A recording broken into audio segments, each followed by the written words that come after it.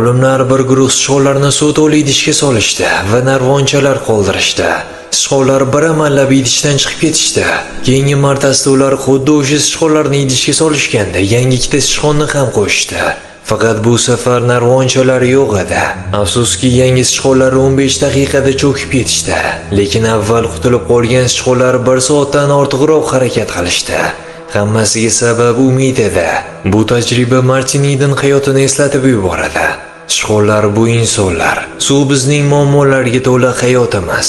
Narvonchalar esa bizni o'limdan saqlab qoladigan eng kichik umid uchqunlari. Qashshoqlikdan baxt topa olmasak bizda yechim bo'ladi. Harakat, uddaburonlik, taslim bo'lmaslik bilan biz bu idishdan qutulamiz. Lekin hashamatli hayotimizda esa bunday umid bo'lmaydi. Lekin uni bir narsa juda o'ylantirardi. Nega uni cho'ktirishyapti o'zi?